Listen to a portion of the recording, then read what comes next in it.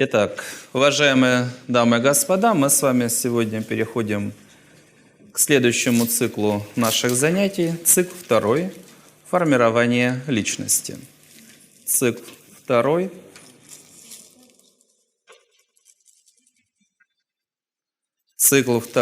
– формирование личности.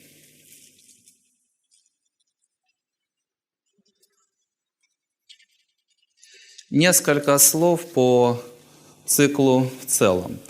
В предыдущих темах мы с вами рассмотрели ключевые вопросы, которые касаются сознания человека. Как оно устроено, каким образом оно работает, каким образом его изменять. И одни из основных призов, которые можно получить. Это управление собой, формирование состояний.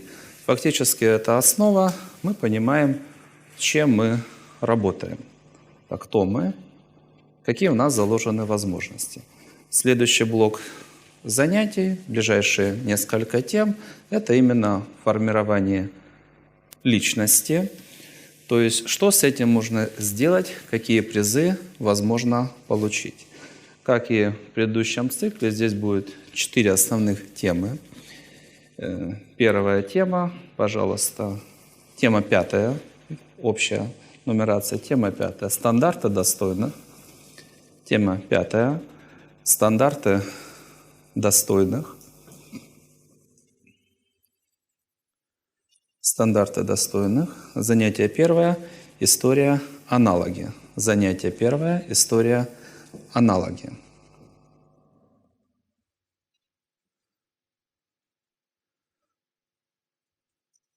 В данном цикле мы с вами рассмотрим 4 темы.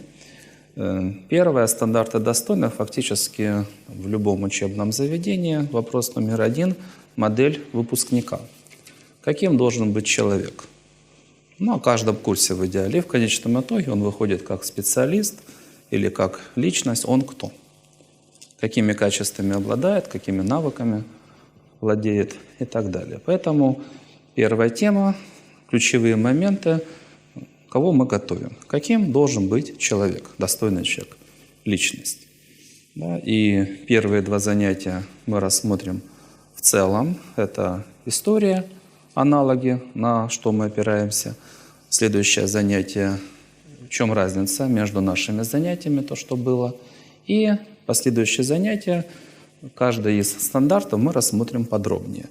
По самореализации, по взаимоотношению, по другим. То есть к чему есть смысл идти, к чему достойно стремиться человеку. Следующая тема – основные достоинства. Что, почему можно считать одним из основных качеств, одним из самых важных.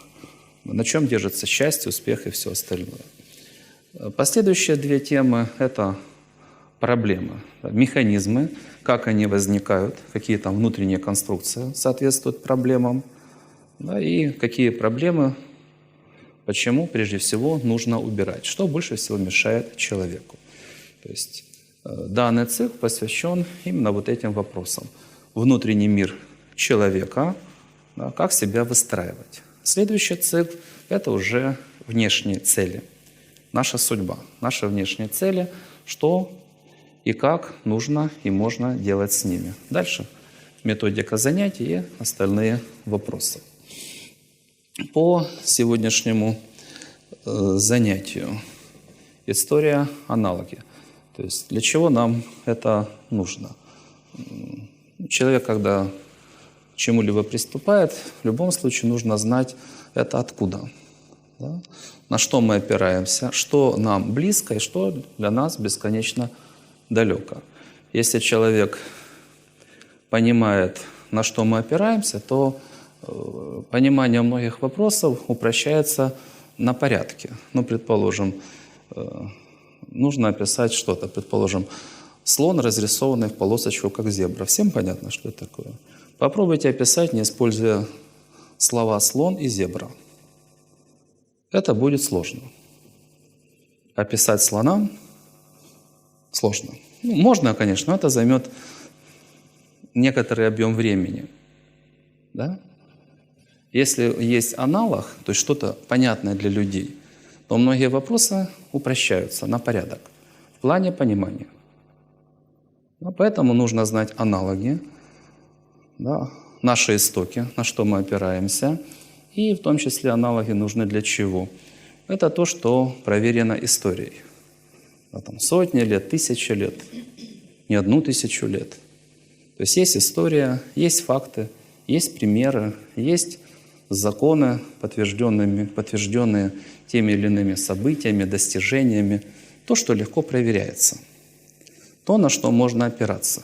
Да, и в том числе понимать из всего многообразия в этом мире, что есть смысл читать. Да, если уж читать, что есть смысл читать, что нам близко, что будет усиливать наши ценности и наши программы, а что будет уводить в сторону. Да, поэтому первый вопрос в любой теме. Что близкое? Да, почему именно оно? Это как бы следующее. Что далекое? А почему именно это мы выбираем? То есть первое – аналоги, на что мы опираемся. А когда непонятно, то следующий вопрос, на который уже нужно отвечать, это второе занятие. Чем мы отличаемся от аналогов? Отличие обязательно есть. Чем отличаемся? Почему отличаемся?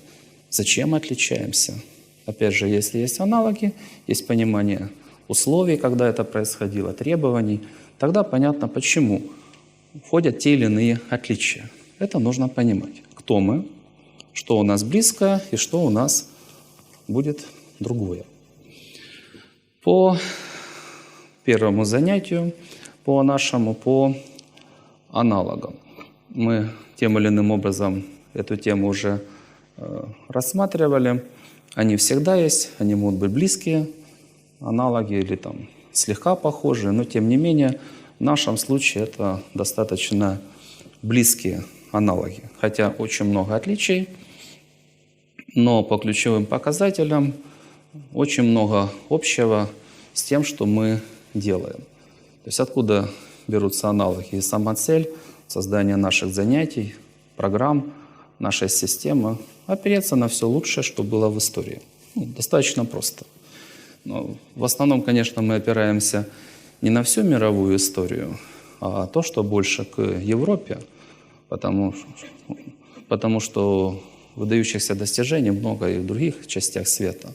Там в Азии, в Китае, там самураи, тоже большая культура.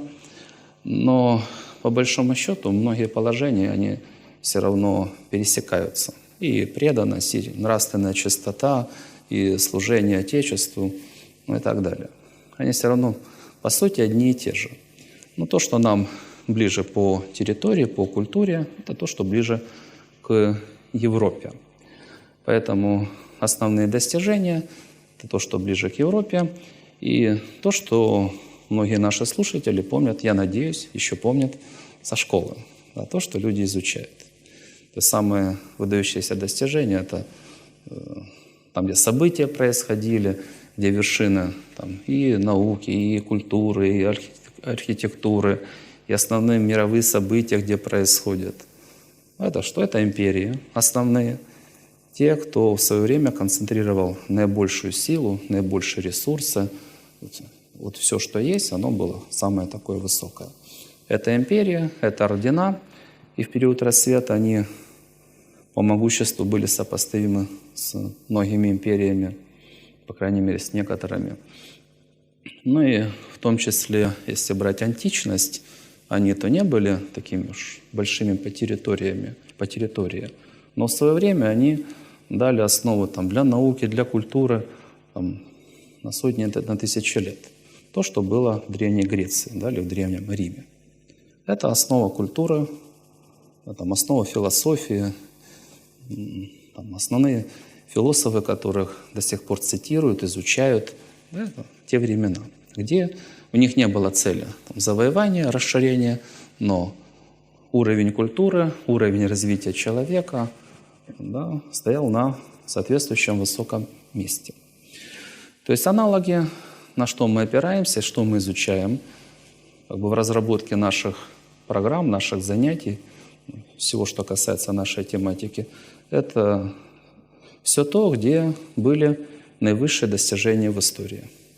Причем в большинстве империй. Да, и португальской, и испанской, и британской, и российской, основные империи, которые были, и там, Священной Римской империи, да, Карла Великого, и Византия, те, которые были на этих территориях и существовали достаточно длительное время, они аккумулировали в себе очень много достижений, очень много высоких всевозможных результатов. Там, где есть высокие достижения, они являются следствием соответствующих целей. Цель империи, орденов – это величие. Величие во всем. Это служение Богу, там, своему Отечеству. Цель, да, какая-то высокая. Достижение величия, и желательно во всем. В науке, в творчестве, во всех проявлениях, в культуре, в балах, в архитектуре, в армии, в экономике, во всем. Да, вот цель.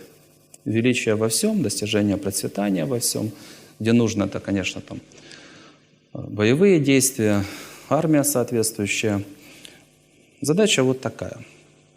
Не все страны сейчас перед собой такие задачи ставят. Ну, что в данном случае нас интересует, основное, в чем люди видели ключ к вот этим самым высоким результатам. Все, что есть в этом мире, делают люди. Если это будут люди низкого качества, никаких достижений быть не может идти речи. А для того, чтобы можно было побеждать в войне или там, создавать там, великолепные произведения или еще что-либо, а для этого должны быть люди соответствующего качества. Высокоэффективные, высоко мотивированные, честные, а не воры. Да, служители своего Отечества, а не коррупционеры и предатели. То есть государство или орден, они решали соответствующую задачу. Нам нужны наивысшие достижения, кадры решают все.